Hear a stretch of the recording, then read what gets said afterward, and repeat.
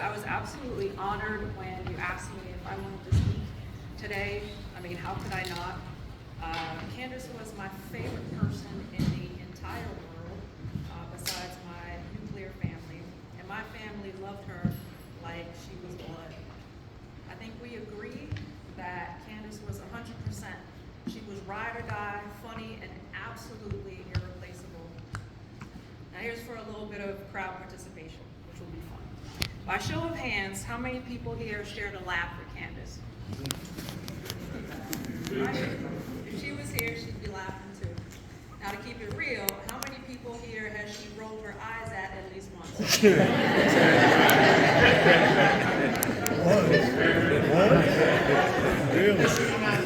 wanted this to be perfect, and I read this to my dad, and he was like, once? What?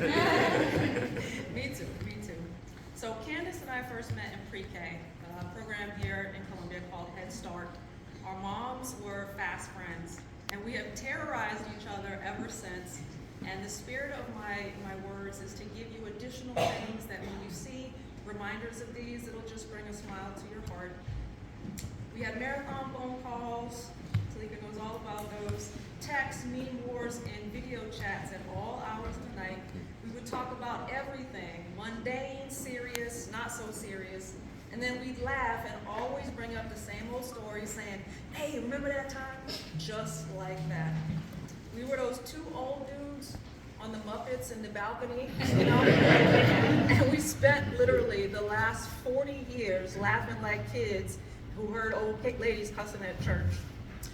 I share these treasured memories to honor her, to laugh with you, to grieve with you, and to bond with everyone here that loved her as I did. These are the stories that made her laugh the hardest, smile the biggest, and I entitled them, Remember That Time. And I'm gonna try to keep it together. I have to add our usual sidebars as though she's here, having coffee, and speaking to her because we all long for her presence. We all look forward to her roasting us. When I was 5, my dad, right there, used to take me to the barber shop for these blowout haircuts instead of the beauty salon, just to save some money. And Candace used to always make fun of this picture. And for the people in the back, this little light bulb in the middle was me. And she made fun of that all the time.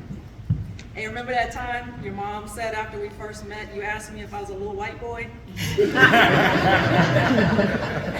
Well into adulthood, you always said I looked like Eminem with a blonde afro.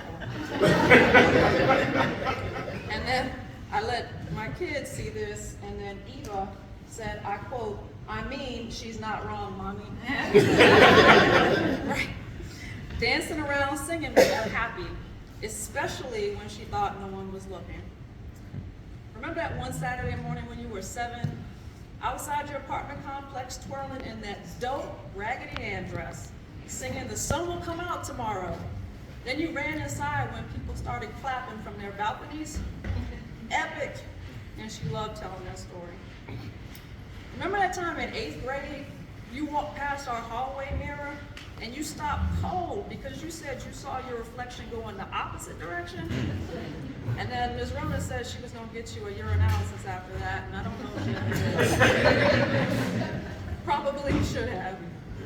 She was safety conscious, and I'm curious if she did this at your house. She always pointed out if the cooking oil was too close to the stove at everybody's house. Hey, remember that time after one of your fire safety speeches, I lit your coat on fire while you were still wearing it? And you're gonna see a picture of that coat. She had this long string hanging from this black peacoat. And if you remember her as kids, there was this black peacoat that she absolutely loved. So we were going outside, and I took a lighter and I figured I'd help a sister out. But she kept walking and the fire kept going. She was outside before she realized her coat was still on fire. You know she was cute when she dressed up. I mean, look at this, right? After Tanel did her hair, and my hair too. And her eyebrows were always on point. But, hey, remember that time you were 12 and you got your first eyebrow wax at Columbia Mall by this really big, scary Russian lady.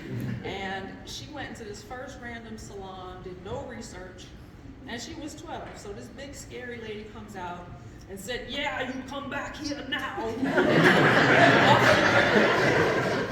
And if you knew her, around that time she got that first eyebrow wax, 30 minutes later, she walks out with this beaten expression on her face and this huge thatch of white skin under where her eyebrows used to be. And I couldn't stop laughing, and then she couldn't stop punching me. So I don't have a picture, but I searched the internet and I tried to find a picture that captured the expression on her face, and I found it, and it's this little boy. But she walked out, I fell out, and it took about a week for the skin on her face to even out and my bruises to heal. So throughout high school, Oakland Mills. Love it. Throughout high school, we played this stupid trip game. We would sneak up and trip each other just to be annoying. And she'd see the tip of my foot from behind the locker, way down the hall. And she would yell, "Dang it, Tina, I see you, I'm gonna bust your head." She got me most of the time. Hey, remember that time I got you so bad? Then you chased me outside and I ran into Mr. Freeman. So Mr. Freeman, you know, was the vice principal who used to patrol the outside for people skipping. And she used to quote him, he said, "Bad move." And then a second later, she comes barreling behind me, and then he says, "Oh, get out of here," because he realized it was just a stupid Candace Jane and drip game, and I wasn't trying to skip. Remember that time Dad took you to prom? Michael Bell, right here. You said you didn't want to go, but you had to. None of us wanted to go.